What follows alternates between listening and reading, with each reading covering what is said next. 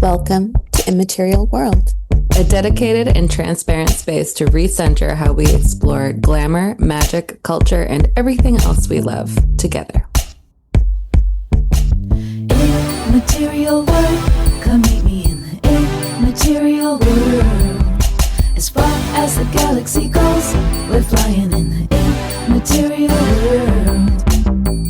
Immaterial world, come meet me in the immaterial world. With mind and body and soul, we're flying in the immaterial world. The immaterial world.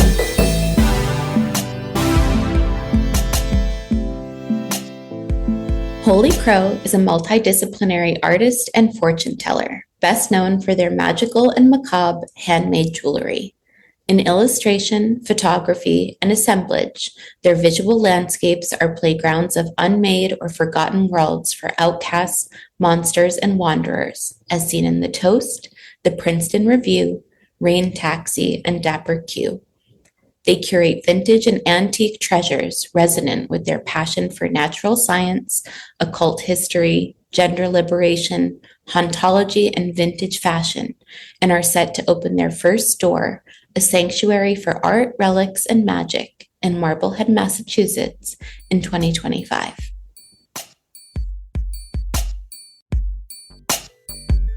Phew! Okay, the vibes this week. Are you feeling them? Yes, it is a very eclipse portal. It truly is. And, I have so many of my friends and colleagues' birth charts at this point that I am just secretly checking for those Pisces placements. Although I will say this, and I just want to be super clear to the listener that at the time of this recording, we are in the middle of this eclipse portal. And the only people that I think are really, truly hanging in there are the ones with Pisces placements. Everyone else is acting like a Pisces right now. Like the crashing out, emotional, no boundaries. It's really, open season out there. But the Pisces are hanging in there. So me, the Pisces 12th house stellium, you, the Pisces moon, we've got this. Yeah, no, while it's crazy, I also feel comfortable. So we're recording on September 15th, and this will probably come out in October. So future us will be on the other side of the portal, forever changed. Phew, I love the thought of being on the other side of this, but I'm really excited for our guest today, who I think feels vibes more than anyone I've ever met before. Would you not agree? I absolutely agree. One could say that is their whole job. It is vibes kind of my Nancy. literally, the vibes Nancy of it all. So, Holy Crow, would you like to introduce yourself to our listeners who may not have been introduced to you before? Holy Crow is art, design, and evidence of magic. And funny enough, the kind of the goal when I first started making jewelry, and the reason that I chose evidence of magic as part of my tag is that I wanted to find legitimately magical objects and put them in people's hands who may have never held something like that before, and just open a conversation about it. And so I got my start with jewelry making pieces inspired from my Italian grandmother. She was the only queen in the family. She's the only one who required fancy dresses and fancy jewelry, and loved going out, loved getting drunk, loved going out dancing. She, on New Year's Eve, she used to call me a lush. She was just such a treasure. And, of course, she gave me a charm bracelet. It's very traditional to give a charm bracelet to a kid when you're 12 or so. And she also, classic Italian, she's Sicilian, but classic Italian necklace that has all the little saint charms and things like that hanging. And I did not grow up Catholic, but, so all of my experience of Catholicism was really through her and through the family, but kind of from an outsider perspective. My dad went through 16 years of Catholic schooling. It was like, nope. And so we became witches. And it's actually a very natural progression. There's only two choices. There really are only two choices, or a third, which is you're both at the same time. Totally. And so like, as a young child, I remember like looking at her magical necklace that had my grandfather's wedding ring on it and a little charm from Venezuela when she took a cruise by herself to Venezuela, which I thought was so brave. She was a Pisces, so she always had her Pisces charm on there. And then thinking about the charm bracelet. And so I got my start sort of making literal charm bracelets. That's what I called them. So I took your traditional charms, but I would make them themed on, protection magic or forest magic or, something else. And I combined them and looked for gems and beads and all kinds of things to combine to make. And so like over time, I've just hunted down like more and more objects that I get a very strong vibe from. And it's sort of become something that is just so normal to me, but I recognize is not necessarily how people consciously relate to their environment.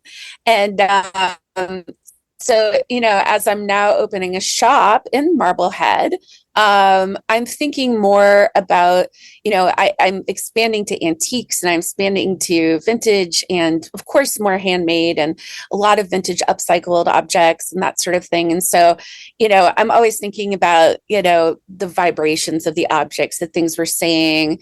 How can we invite magic into our everyday lives? How can we invite, into the way that we live, incorporate it? And also just from a practical standpoint, there are so many objects that are just going to get thrown in the trash.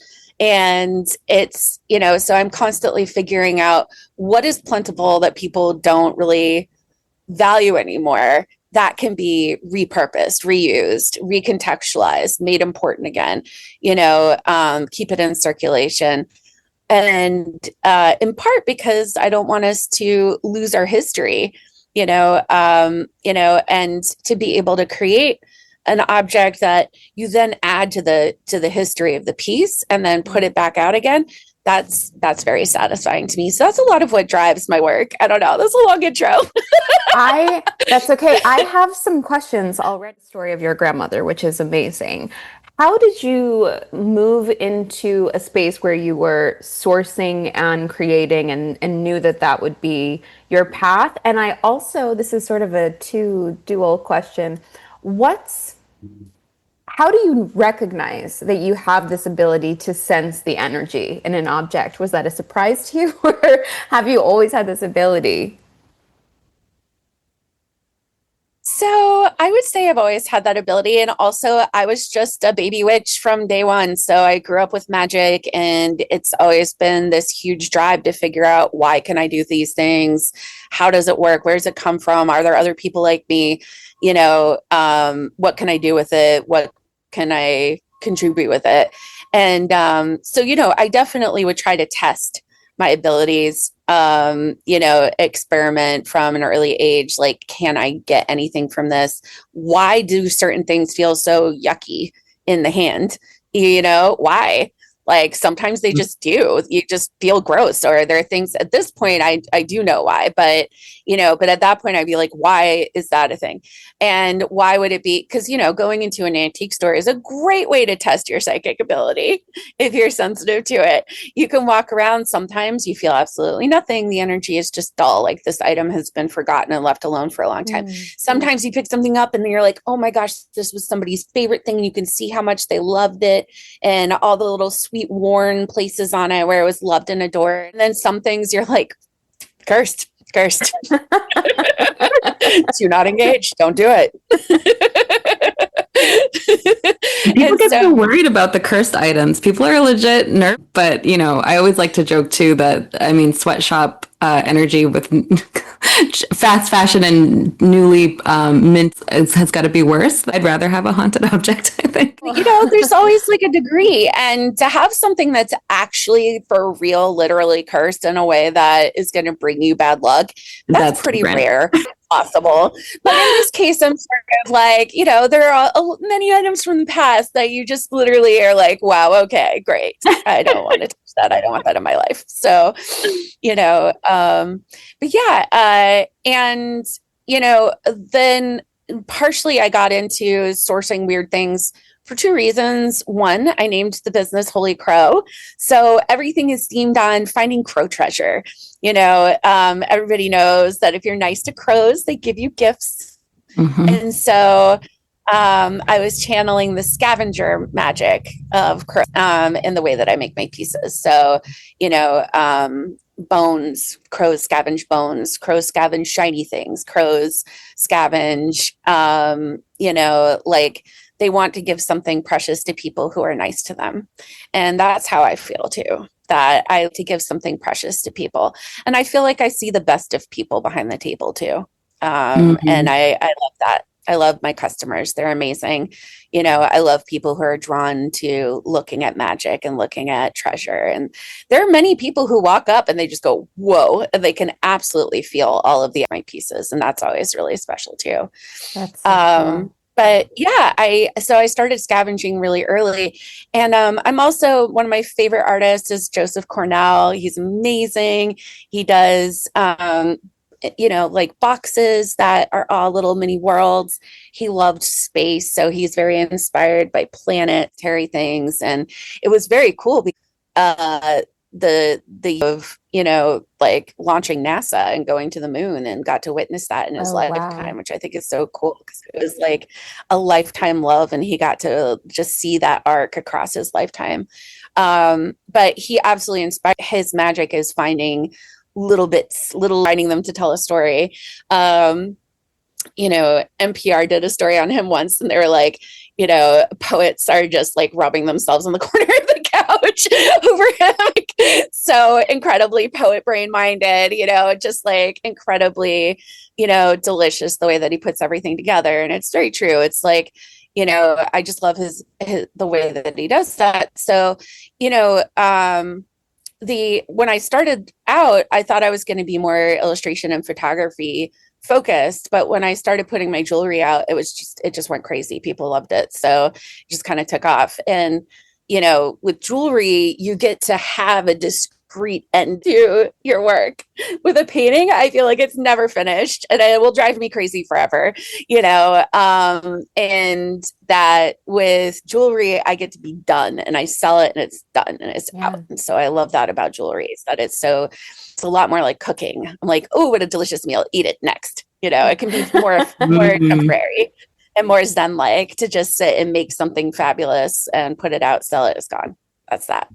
So, I think that, it really relates on a lot of different fronts. And, I also I think because I'm somebody who senses energy from objects, I'm very driven to learn about the world through objects. So I love getting my hands on something really unique and feeling it and thinking about how it was used, and then learning about the historical context and learning about how important it was to the person who would have owned it at the time. How much money would it have cost them? How much work would it have been? Coming from the Italian side, the generation that set up the house bought the full household of things for my grandmother when she got married, and that was passed down to me. You do it one time and you take care of your stuff the whole time. When she moved into a nursing home, she still had the original boxes for almost everything she owned. She kept her little sweatsuits in pristine condition, even though she spilled red sauce on them like every freaking day. I love Completely her. magical. Don't know how she did it. That's just kind of like how my brain works. That's how it relates to all of the objects. I love learning about the history. How would you recommend people get started checking the energy of an object if they haven't tried it before, whether or not, listeners, you feel like you can pick up a vibe or not? Like, how would you suggest people try it for the first time, or maybe try it with more intention? Well, honestly, getting energy from an object is not necessarily the easiest place to start. It depends. Mm-hmm. If that's your thing, if that's the way that you sense things, that's great. But that is only one of the ways that I sense things. So it's part of a whole like wide smorgasbord of psychic techniques. Yeah. So, one of the classic ways that I used to teach people to sort of start with energy is to do candle meditations. Just work on trying to raise the flame and lower the flame and raise the flame and lower the flame. See what happens. See what happens when you start talking to that flame and raising and lowering it. If you can do that, if you have an object that you think has some kind of vibe on it, or somebody told you that there's a vibe, then you can use a pendulum to sense the energy. That's a great way to get started. Really, anything could be a pendulum, but you can buy them pretty cheaply. It's just something heavy on the end of a chain or a string. And basically, you can use them to answer questions, but you can also use them to see how energy is moving. And so people use them over the different chakras in the body to tell whether your chakra is open or closed, and if it's overactive, underactive, that kind of thing. So they will react if something is putting out an energy, a chi of some kind. Another thing you can do is you can just simply cleanse it if you don't want something that has a charge. Some things cleanse very easily. Some things cleanse less easily. We can get into that too. But, a simple cleanse, like, let's just say from a very practical standpoint, you get something used and it belonged to somebody else. Then obviously, once you wash it, you're removing dust, DNA, like whatever was sitting on it physically. So do that physically wash the object. If it's a dish or something, you can wash it with just soap. If it's clothing, you launder it. But then you want to repeat that on an energetic level. So you physically clean it and then you energetically clean it. And you can do that in a variety of different ways. If you know how to move energy, you can cleanse it using an energy technique. If you are less sure, you can also use a smoke cleanse. A smoke cleanse is a great way to disrupt energies and remove anything. But your third option is to simply live with it, like you can get to know it. I mean, in my opinion, if something has mysteriously gained some kind of personality or consciousness, then I don't necessarily want to leap to removing it just because it might be kind of scary to you. I wouldn't leap to just absolutely like, trapping and killing an animal if it was invading my home either. And so, you think about that, like whether it's something that you can simply just allow to exist. If it makes you uncomfortable, maybe somebody else will want to live with it. If nobody wants to live with it, that's another thing.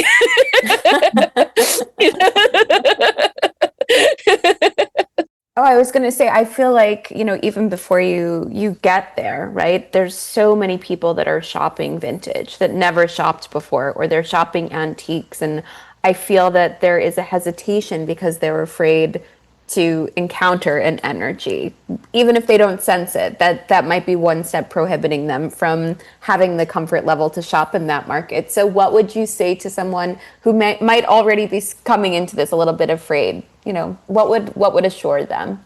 Well, the great thing is that all of our objects will be witch checked and witch approved. So you will be absolutely safe to shop with us. And we will guarantee, we will tell you whether we think there's anything attached to an object and, what it feels like in the description. In general, I think that people get very concerned about demonic attachments, and that a lot of that comes from the Warrens and the Conjuring universe. And those guys were really like pandering to the Catholic Church and really fear mongering to make a buck. It's just, they're still doing it right now. They're taking Annabelle out on the road right now. And I think that had a little procession with an exorcist and stuff going into the hotel to make a big deal out of it. I think they're keeping her in a cage. I mean, I personally, I apologize to the people. I know this is an unpopular opinion because the Conjuring universe can be very fun, but I don't really support the Warrens' viewpoints. We don't think that she's haunted, Annabelle? Or we do think? I don't know whether Annabelle is haunted or not because I haven't encountered her in person. But what I do think is that the Warrens were very complicated people who have a real dark side to them, and that they were making a lot of money from fear mongering, and that there are a lot of alternate theories about what happened in Amityville and some of the other locations. It's worth looking into, listeners, if you're curious. Just there's a lot wrapped up in the court case and like a lot of other dealings. And I ask because I think that someone purchased that doll recently and something happened to him. That's why. Yeah, he died. Yeah, he had a heart attack in her presence. Yeah. Yes. That's why I respect the thought of energies that are attached to things, and I would just not. Dolls are particularly prone to being occupied, and why? Why is that? Because they are a form and a vessel for intelligence. That's what they're designed to be. Wow. Yeah, dolls, and I can imagine used magically. And even if Annabelle wasn't haunted to begin with, from a magical theory perspective, it's incredibly likely that they could have called something in simply from telling the story over and over again in front of her. That being said, the Marie Laveau doll in New Orleans, I have met, and you have to ask permission to take her picture. And if you don't, her face shows up angry in the photos, and it happens over and over again. Interesting. Yeah, dolls are so fascinating too. You're so attached to them too. Like that's right. You pour a lot of energy into them. Yeah. Even if you're not intentionally using them magically. Yeah. And I think we also project onto dolls in a different way. We put our own energy into them because they do look human. So it's easier to imagine them as a conscious being. It's easier to name them. It's easier to create a personality for them. That is a magical ritual. This is so fascinating to think about as someone sort of on the outside of this, because it makes so much sense. And I think of, somebody using a doll, carrying it around, using it for comfort, really projecting a lot of energy into this. Ooh, okay. Yes. Yeah. And for that reason, too, sometimes you get wonderful vibes off of things. Like, actually, I think this is a great time to mention. So, Holy Crow, you found beautiful portraits of little Romani children, which I have on my wall behind me. And they have the best energy ever. And I would love for you to share how you found those and like what that was like to feel such good energy. Yeah, those were from an auction. And, it was... these were originally created in the 40s as part of a series. The person was hired. She was an illustrator working in New York for an illustration, firm, and she was hired to do Children of the World. So it's especially special that they were Spanish. They were supposed to be Spanish Romani children in the 40s. Depicted in such a positive light, given if the Nazi regime. Yeah, that's right. Yeah, if your listeners don't already know, Roma were targeted during the Nazi regime, and during the Holocaust, and there was a lot of racism. There still is. So it was just really amazing because they had really incredible energy on them, and there were other items from Eastern Europe in the home, and they very clearly didn't belong to the people who were currently living there. It was like an older person, their family. They had a book about Roma. They had little beaded purses, little hand painted boxes. And so it was really neat. I was like, ooh, what if there was somebody who was either from Eastern Europe and was Roma, or, just very friendly towards Roma living there. And I thought that was very special, but they had such a positive energy that I just really wanted to give them to you rather than selling them, because I just felt like they were special. And even though these particular items, you can find them very easily. Those illustrations abound. I've seen other ones in person. They didn't have the same energy though. These were very loved. These were loved and adored. They were appreciated and you could feel it. Yeah, when you handed them to me and you were like, feel the energy, I felt that like cherished energy off of it. And I was like, oh, this is so beautiful. And so, I mean, I love the advice you gave about cleansing objects, because sometimes, even if you're not sure if you feel anything, it might make you feel good to just give something a cleanse and be like, cool, fresh and new. But I'm like, I would never cleanse these, because I'm like, these are like bringing good energy into my home, which is a really cool part of what you do. Like, kind of circling back to your intro, is like you are finding objects, either imbuing them or like choosing them for their natural energies and making something beautiful of them, or like reselling them in like this very intentional way. And I would love to know more about like, what is that combination of like research, because you also have like an encyclopedic knowledge of antiques, which I love nerding out with you about these things. Like, what's that combination of like research? You. I'm always still learning. Of course, and that's what makes you so smart. You're always so learning. Yeah, that research, that energetic vibe. Like, tell us more about your process of like finding these treasures.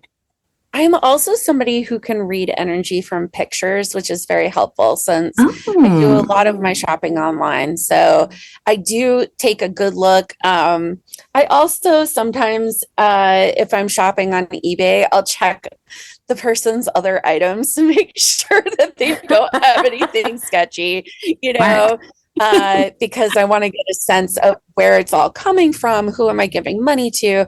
I spend a lot of time thinking about that. And at auctions, I'll go through and, I'm evaluating for multiple things at once, but, sometimes something will just be very will shine through. I do the same thing for renting a place for vacations. I will vet it through pictures and we'll get the energy through the pictures and check on it. And, so I haven't done a lot of like using a pendulum on a map to locate things. It's happened a couple of times, but I do like to use, if you're psychic, you got to make it work for you, right?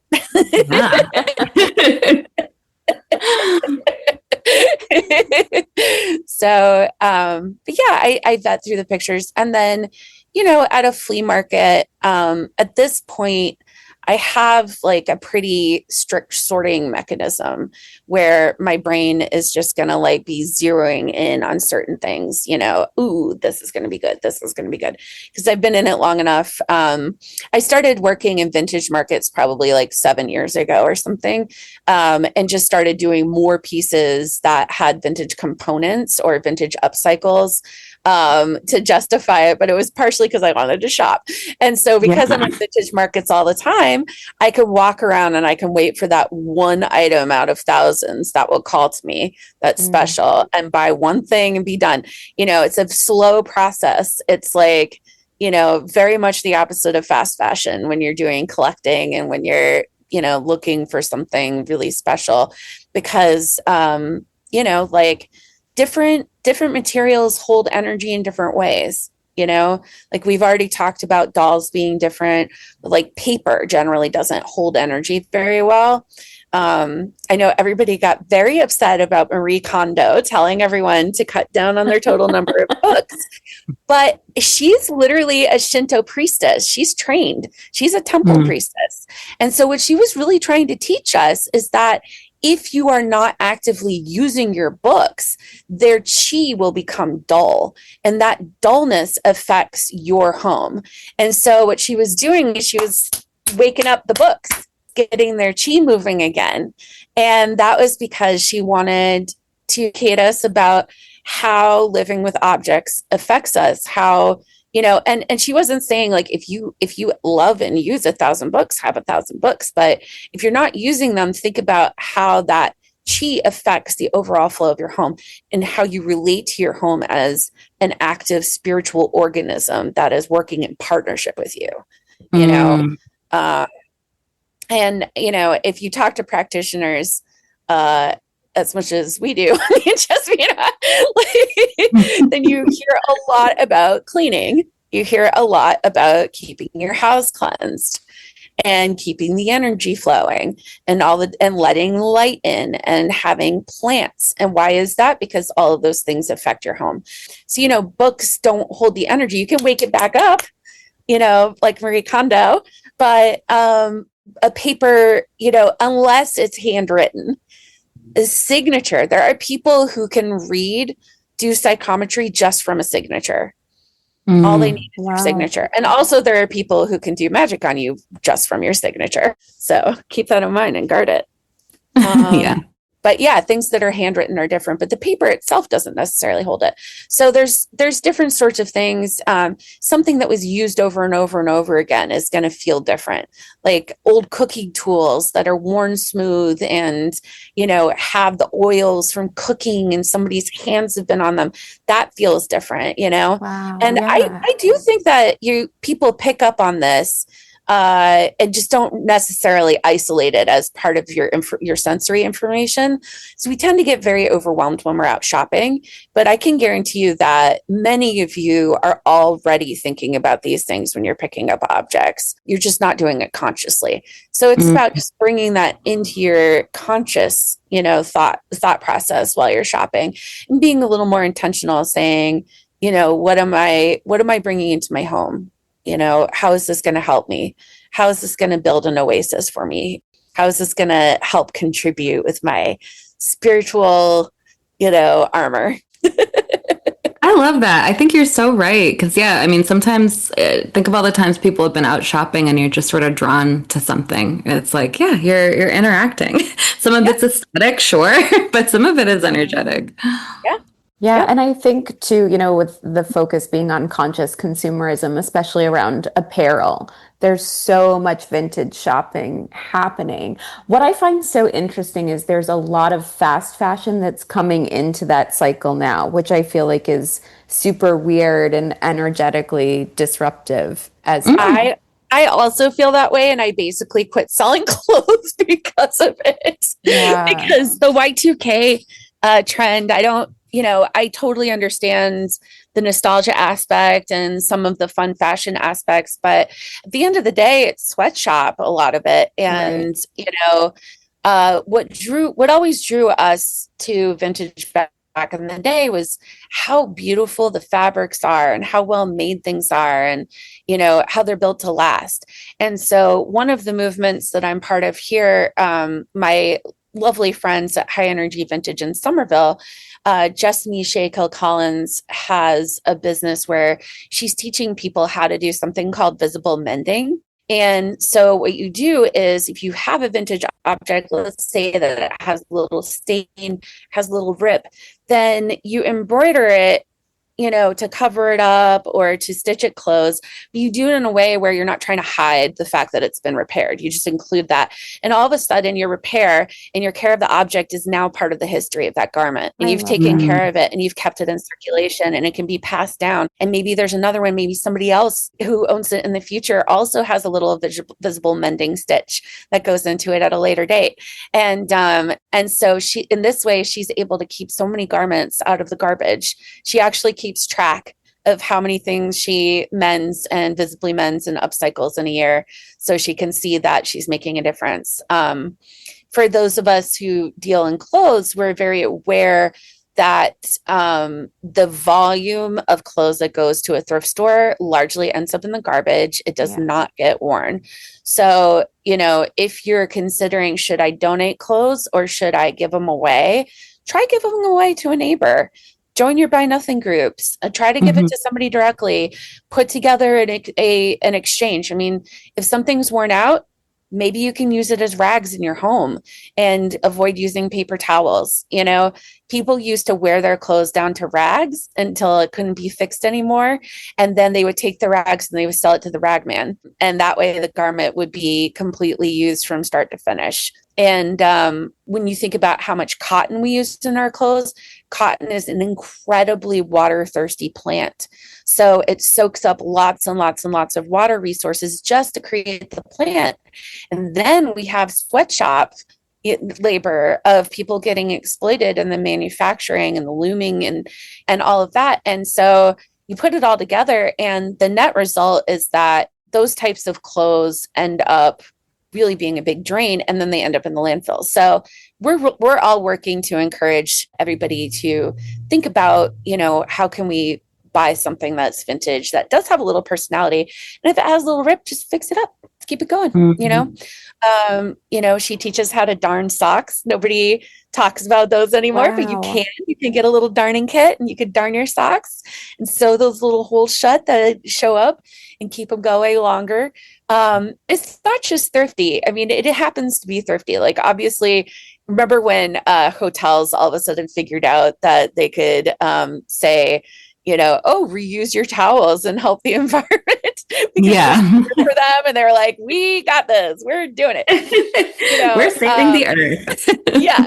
It definitely has no bearing on all of the cost margin or anything.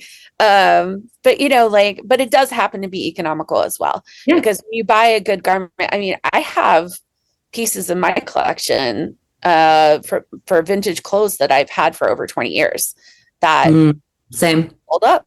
They hold up. They last longer. It's worth the investment. I mean, to a degree, certain vintage is sort of a luxury good because it is more expensive. So not everybody has the upfront money for it. But there's lots that's affordable too. And plus the fashions are very fun. I've always had a very eclectic fashion sense. So I love mixing eras and styles and colors and patterns when I'm not wearing black.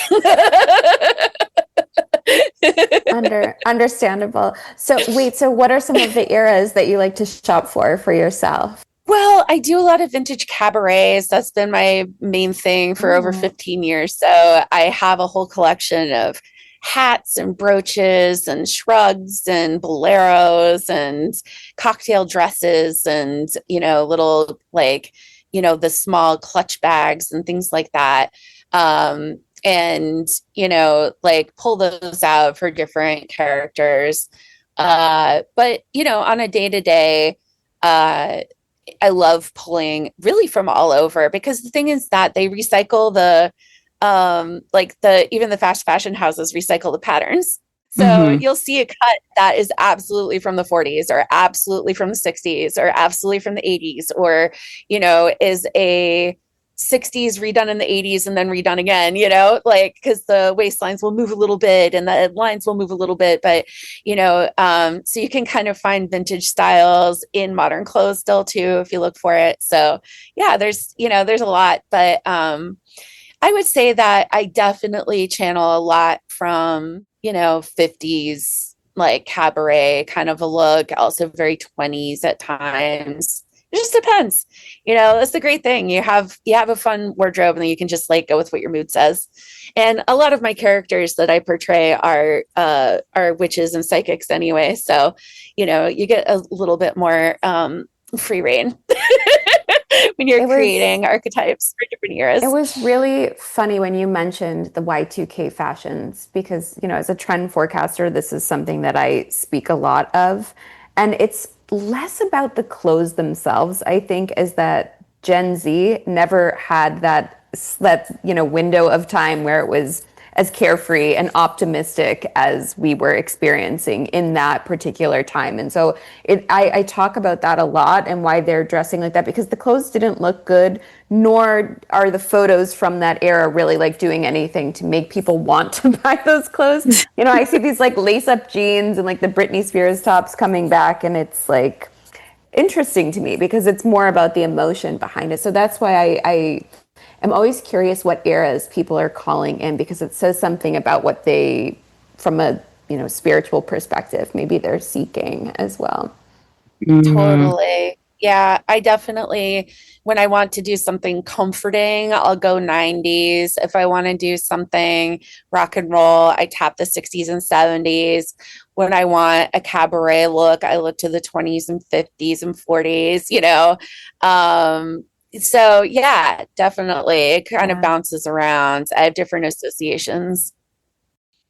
Yeah. I don't do the 80s. I left that out. I was going to say, I hate that's the 80s. leave that for me, because I have been buying a lot of very strange shoulder pad garments recently. I don't know where I'm going with them, but a lot of like very dynasty kind of stuff. You. They're taking you on a journey. Yes. Not sure what I'm calling in, but just FYI.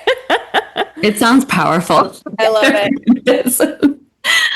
I would love to know more about what it's like to create with some of these antique pieces you find, the bones. Like, I mean, you incorporate so many interesting things into your jewelry making too. Like, what is that process like for you creatively, spiritually, when you find like little fragments or little pieces or treasures? Like, how do you know what they want to become? So it's more complicated than you might think. I'll tell you a story. The first time I went to Mexico, so I've spent a lot of time in Mexico, and I love bringing back amulets and all kinds of magical objects from Mexico and using them in my work. It's very meaningful to a lot of different people here, practitioners, also Latino community. And it's been such a great way to connect with people about a magic that tends to be underrepresented and, you know, often pushed to the side and taboo. So it's been a wonderful experience to spend so much time there. But the first time I went, we went to the Basilica. So the Basilica is like the big cathedral. It's a huge cultural institution in Mexico City. It's huge. There's this, in my opinion, horrible like installation sculpture on the side of a hill of all the natives being converted with the sight of the Lord. But then at the same time, there's witches selling magic supplies in the basement and the marketplace. And one of the times I was there, it was flooded with Aztecs coming and doing like a big powwow type performance. So anyway, interesting experiences all across the board. But in that area, there are a lot of religious items for sale because it is a pilgrimage site. People will go there, they will walk, and then they will finish the last section on their hands and knees, sometimes as a way of showing a Christian word, what, penitence? Is that it? Yeah, that sounds right. Reverence. Okay, yeah. I, once again, not Catholic. So when I was there, I was like, oh, cool. I'll get some rosaries. They're so beautiful. Look at these beads. You know, they have such an interesting energy. I could take these apart. And then later I went to the witch market, which is Mercado Sonora. And in the front of the witch market, it's actually all children's toys and piñatas. And then inside there's like masks and things you would put inside piñatas. And in the back, it's all Santeria. Just like amazing, you know, curanderos and santaros and just like every stripe of magic. And so when I was there, I was like, ooh, these are really beautiful beads as well. So it's just like, you know, protection beads with evil eyes on them. And I was like, ooh.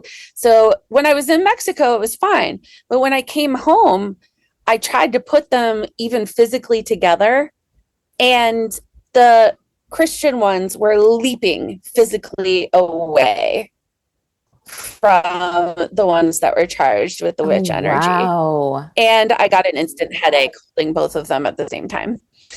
So I had to take all the rosaries and put them on my altar to let them chill out for a while before I could even start to work with them.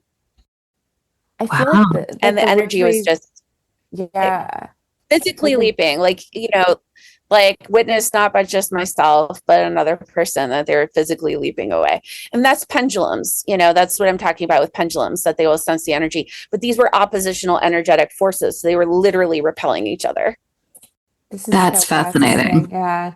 Yeah. I feel like the Evidence rosaries of must have magic. been super, super charged for sure coming from there. They were both supercharged. They were both very strong, you know, and, you know, and it's in a place that is filled with intention and with specific kinds of magic and energy and vibrations. And, you know, they probably had been prayed over. They may have been blessed. They may have been put, you know, somebody may have put holy water on them. It's hard to say, you know, but regardless, very different energies. And so just like literally jumping physically up. That's such a wonderfully obvious example. I was wondering, like, what should people be looking for if they haven't really used a pendulum too many times? Like, how would you suggest people approach using a pendulum to get the vibe off of an object? Like, what are they looking for the pendulum to be doing? Or, yeah, for the baby witches out there. Well, yeah. Like, I would say that some people need to bond with their pendulum for a while first. So keeping it in your pocket, keeping it physically on you, sleep with it under your pillow, bring it with you places, get it out and play with it, talk to it, name it, create a relationship with it, treat it like something that is going to give you knowledge, just like you would with tarot cards. Treat it with respect and, treat it as a genuine conduit of information. I love that. Yeah. And I like too how I've taught classes before with pendulum magic, and it's always really interesting to me how people have different ways of seeing, like maybe they'll go clockwise or counterclockwise for yes or no. It's like, do you have any strong opinions about how people should be able to talk to the pendulum, or do you feel like it's like up to the person? My strongest opinion about pendulums is that you should not buy pendulum boards that have maybe on it, because that does not give you any information. That's a good tip. Just do yes or no questions and keep it very clear. Why would we want maybe as an answer to a genuine spiritual question? Is this necklace full of demons? Maybe. Like, no, we don't want that. We want clarity. So don't buy the pendulum boards that say maybe on them. That's my biggest advice. My second piece of advice is, we always do demonstrations for people. I'll hold it and I'll say, show me yes. And it usually moves this way. And then I'll say, pendulum stop. And then it stops moving. And then I say, pendulum, show me no. And then it will start moving this way. And so I recommend doing that. Think of it as a way to calibrate your energy to the object. Personally, I don't find that I have to really create a relationship with my pendulums in order to use them. But, if you are just starting out, it will definitely help you. It's a great way to start. And, when, working with other practitioners, we had a very strong focus on divination. I think divination is extremely important. And so one of the things we started doing was carrying our pendulums around with us to see, when could you possibly use it? You can, and just try it, see what happens, experiment. Some things it will not react to at all. Some things it will start going like crazy immediately. And the best thing to do is just get in there, experiment, see what happens. Yeah, that's great advice. I really like, for me personally, I don't know if you do this, but I like to ask someone in particular whenever I use a pendulum. And that might just be like, I like to know who's on the other line. But that's a very my grandma's on the protocol, Basically, it's going to be an ancestor I trust, or, a spirit I work with, or like a deity that I, connect with or something. Do you call in anyone specific when you use a pendulum? So because I usually am selling pendulums to the general public, I personally keep it very open. And I say, it's up to you where you believe this information is coming from. Is this you communicating with you? Is this your higher self talking? Is this a spirit intervention? Is this, God or a God, or, what have you? Or is it just naturally reacting to energy fields? These are all questions. I am not somebody who's here to tell you what to believe. I just want people to experiment and get in there, apply, go see for yourself, see what kind of quality information you can get back. There's a reason that pendulums have been popular for a long time, though, because you are very likely to get, a result, and you can tell the difference. When it's absolutely not you moving it at all and it's just flying around in a circle, you can tell the difference. I know there was a situation where I'd had a run-in with some ghosts, and I had it's sort of like a pendulum. I had fake flowers in a vase, and I heard the rustle of somebody brushing them down, and out of nowhere they just started going like this.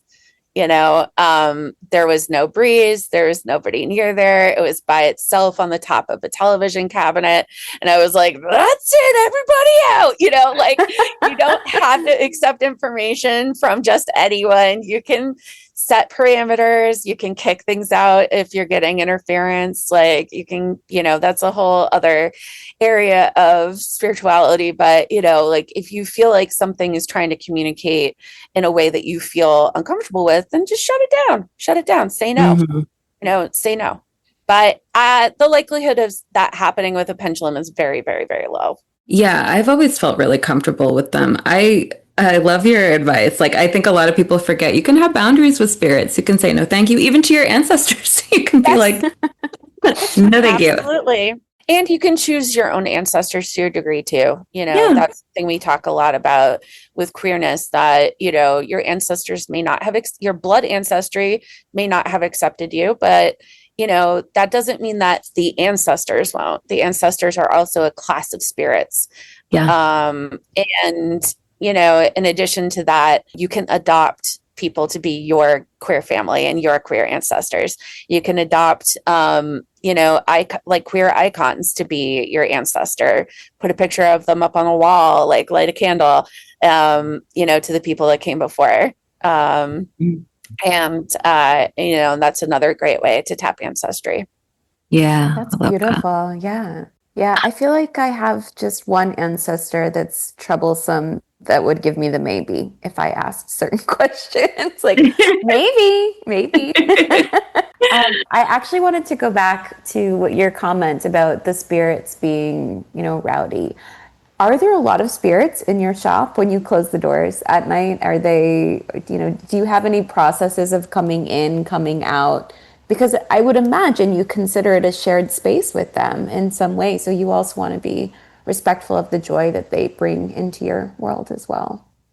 So my shop is in a building that's about 120 years old, and it's in a town that is one of the oldest American settlements. It was colonized about 400 years ago, and the town was an English fishing village basically for a long time. One of the things I like about it is that it's very peaceful in Marblehead, and I haven't had any cause to feel uncomfortable with the vibrations in my store at all. And as far as, inviting things in or banishing or what have you, I take that on a case-by-case basis. I see what's necessary. I don't start out necessarily, hardcore cleansing and kicking out every spirit. I consider that like picking all the spice out of your food. Yes. That's a great analogy.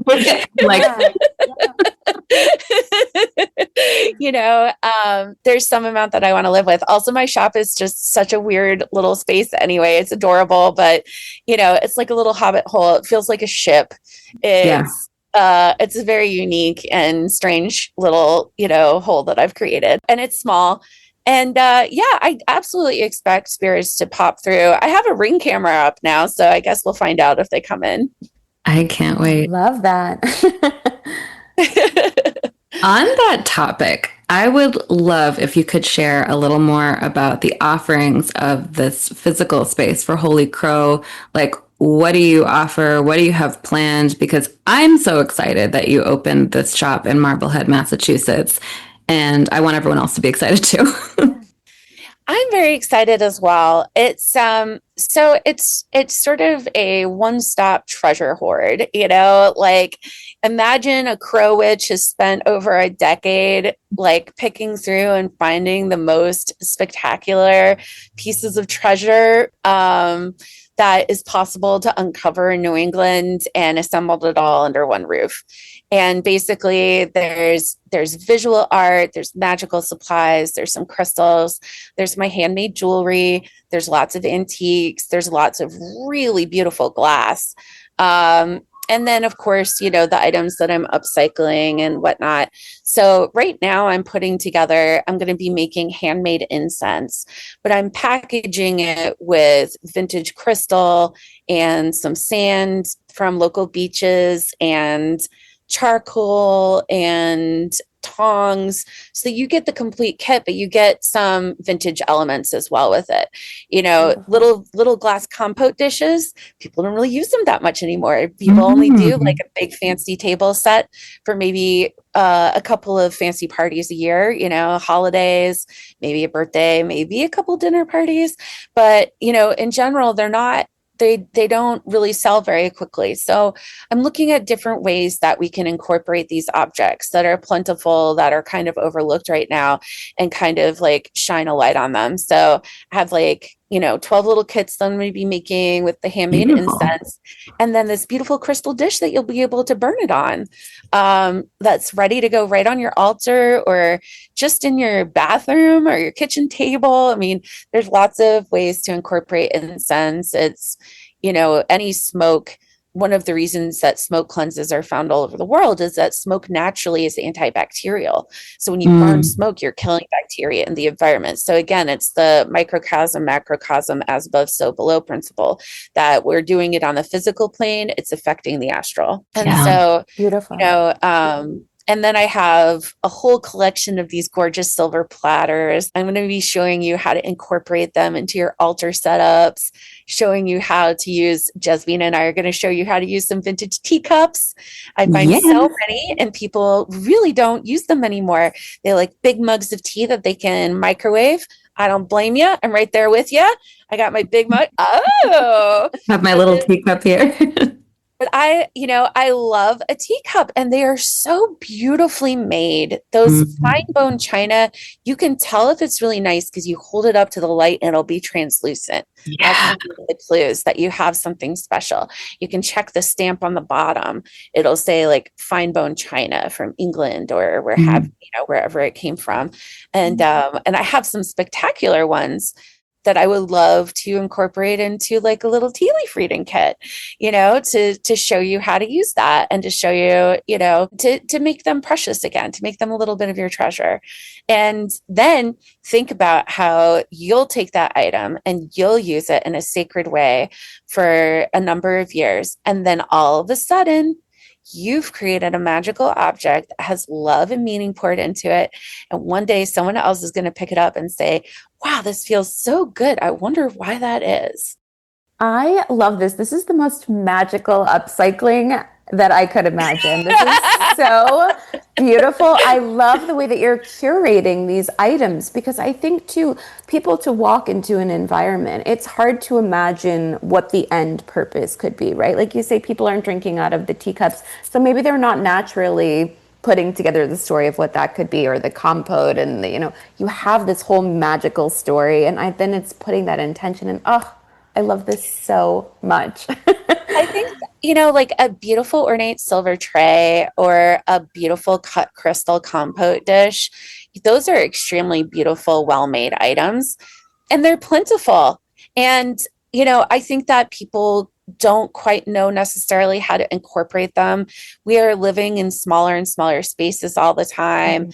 And so, you know, like people will buy a print and they'll rotate their prints in and out of one frame, you know, because they don't have room to have an entire gallery wall necessarily. And I think that's partially why jewelry is nice, because it's a way to make a statement. It doesn't take up very much space, you know, but it's a way to communicate who you are to other people, or to set an intention or pull energy in that you're looking to pull into your life.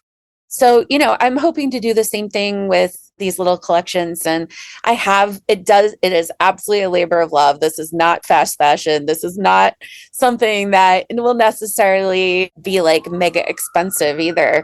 It's just, you know, I just am able to do it. And I think it's such a beautiful way to do it. And I personally have always used antique and vintage objects on my altars and in my practices. I remember like way back when I was 15 and went to Knoxville, Tennessee by myself on the bus for the first time. And I found a brass chalice in the thrift store. And I still have it because it was so precious. I was so excited to find it. Finding those objects can be very special for people. So, I love being that thing that people were waiting to find, so they can pick a treasure. But more than that, I just think that repurposing and showing how to live, how to use these items, they take up so little space, and they can replace plastic. They can replace things that are mass produced and shipped in from the other side of the world. We don't have to buy things that are mass produced, that are shipped in out of the country. And also with all these tariffs, it's making it complicated anyway. So let's use what we have, and let's keep them out of the landfills, and let's appreciate these very beautiful objects and call in the energy of the ancestors with the way that we set up our homes and the way that we set up our magic. I love that so much. Yeah. And I think sometimes too, people forget that these, like for instance, the reason why we read with beautiful little teacups is because their shape is ideal for reading. Like if you're using a mug or like, a tumbler or something, it's hard to see the tea leaves. They get caught in the little corner. But if you're using a shallow bottom round kind of teacup, the leaves distribute beautifully. They're so easy to read. And it's just like, it's such a pleasant little moment. And I really love the reverence that you have for the objects that you discover, whether you're repurposing them or like bringing their purpose back into the zeitgeist. It makes me so excited. And I'm so happy that you're going to be running workshops in person and virtually, or yeah, in person and virtually. And we also will have a rotating group of readers. So you'll be able to book in person and virtual tarot and palm and seance sessions and, all kinds of things. I've met people who do Reiki and astrology, and I just met somebody who does I Ching. So, the great thing is that we have a back room set up with a cozy little fireplace. You'll be able to come in and have a seat and have a very intimate little one-on-one experience back there. And also you'll have a chance to ask questions about, whatever your spiritual quest has taken you. Yeah, and Marblehead is right next door to Salem, Massachusetts. So for anyone who is taking a trip to Witch City and you want to get out of the madness of it, you can bop off to Marblehead, beautiful seaside picturesque town, and you're pretty much the only witch shop there. Yeah, there's a couple other people who have some readings and crystals, but there's nobody else who is doing what I do. Yeah, because it is a lot of different things. Oh my gosh, my cat. Fennec is coming in for a snuggle. Watch out. Oh, I'm so excited. A big, fluffy 25-pound baby. Yes. That's why he's shaking the screen right now. So, but I also, I bring that same level of intention to all of my bones and insects and botanical pieces as well. Not quite in the oddity universe, but there are parts of it that I really love.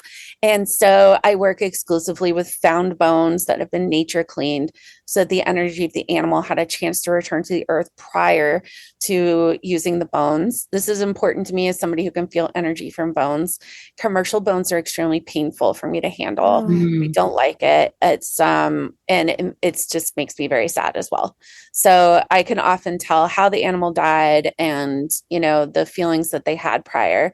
So with a wild animal, it's often, a lot easier, and especially when the bones have had a chance to return. Plus, they're so sculptural and beautiful that way. I love the fragments. I love the chunks of jaw and, that sort of thing. I think it's very pretty. I sometimes replace some of the teeth with crystals.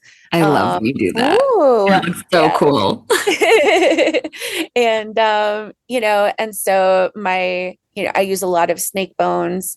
Those are ethically sourced as well. I use rattlesnakes because energetically it's intended to warn you against a snake in the grass. I use coyote teeth that come from the powwow circuit, and those are used with the intent of helping you have protection through setting good boundaries, because coyotes always own their space wherever they are. Yeah. Always coyote space. Coyotes in it, it's coyote space. Everyone else is just a visitor. Yep.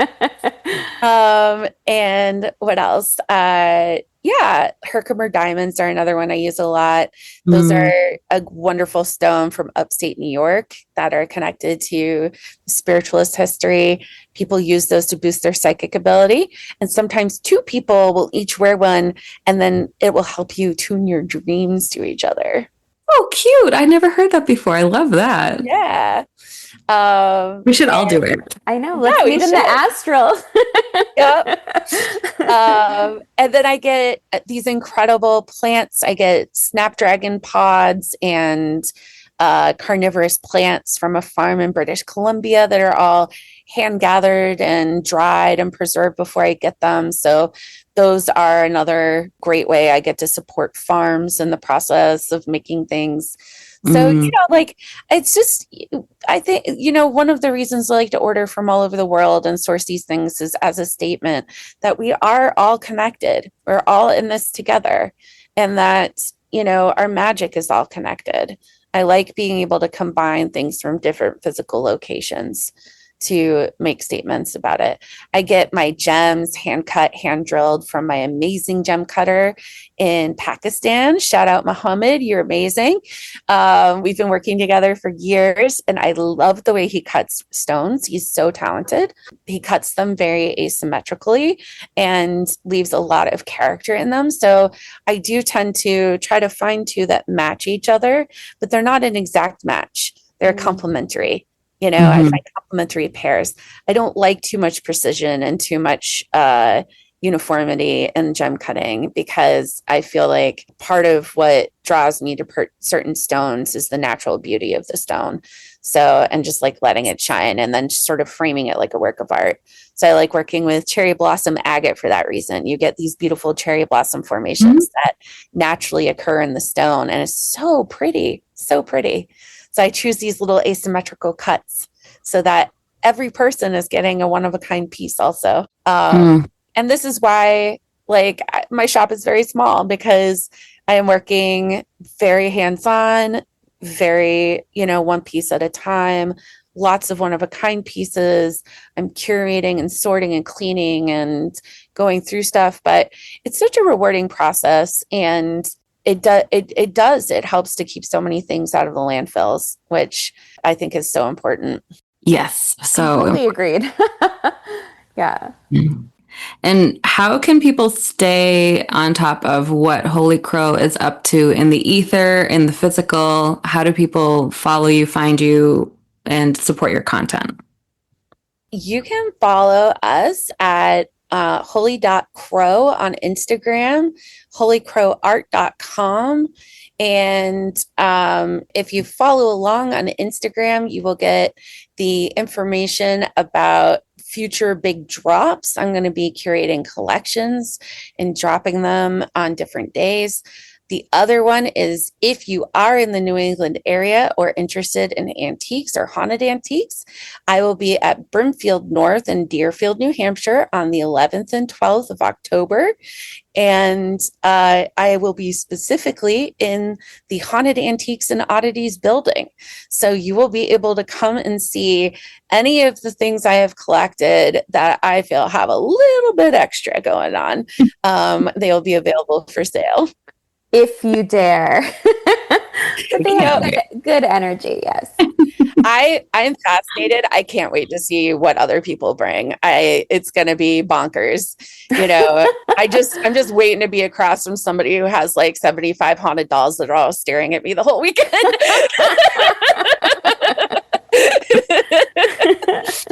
Hi, girls. Oh my gosh, I'm so excited. And you have a YouTube channel and a little podcast now. Is that true?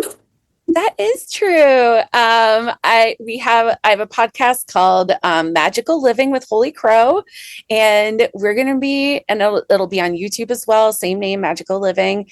And we're showing you how to use your vintage objects in your everyday practice, how to cleanse them, and how to get comfortable with, venturing into the antique and vintage realms for sustainable reasons or curiosity or for the love of the treasure hunt. Any way you slice it, It's a fabulous world out there.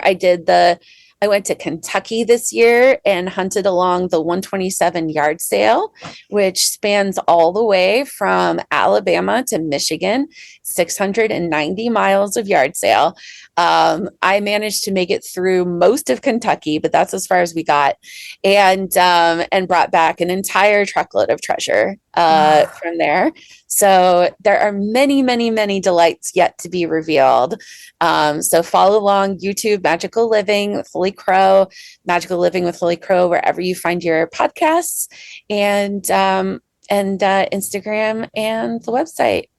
And we will be putting information up. I know that I'm curating a really big drop of Greek inspired pieces, a lot of Bacchus, Cupid, Psyche, Diana, Artemis, like lots and lots of, magical Greek related items. I have these fabulous lamps, like seriously amazing stuff. So if that's your vibe, definitely keep a lookout for that. Another thing I love curating is glass. Maybe at another time I can explain about how glass relates to the entire history of alchemy. My gosh. It's a long story. I see segments in our future. Yes, I love this. Well, thank you so much. Thank you so much. This was really incredible. And I know I took away so much. I'm newly a vintage shopper and antique shopper, and you really empowered me to feel like just go with the vibe of things that feel good. Yeah. And you can always hit your thrift stores too. There's in New England, there are plentiful objects available in thrift stores. The benefit of going to an antique or vintage store is that we've already done the hard work for you. We've already done the curating and the hunting and sorting and the moving piles and the cleaning and the identifying. So, you come to us and we already have all of that curated for you. We could tell you the history, where it was made, what it's made of, and how to use it. Beautiful. Oh, so fun. Thank you so much. This was a blast. Yes, thank We'll have to have you back because you know so many things about so many things. Well, what kind of oracle would I be if I didn't? That's true. Thank you everyone for tuning in. We love and appreciate you. And yay. Tune in for more later. Bye.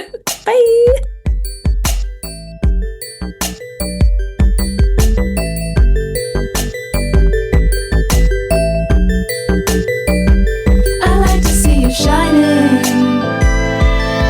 on your dreams. You're a special kind of magic.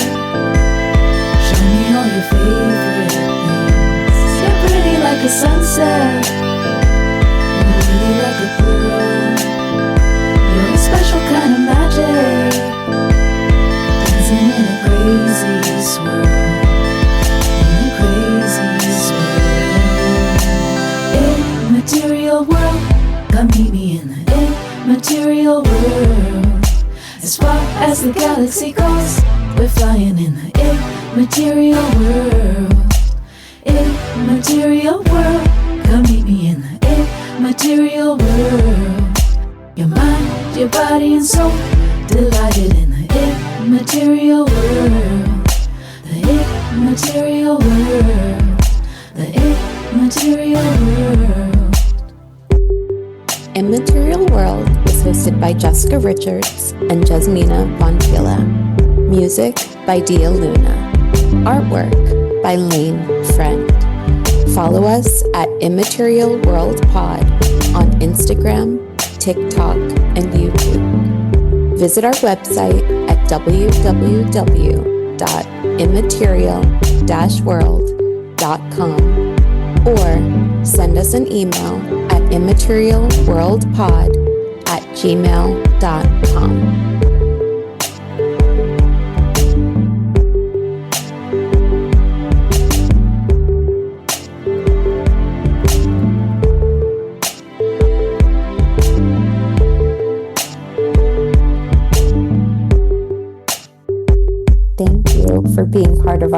immaterial world.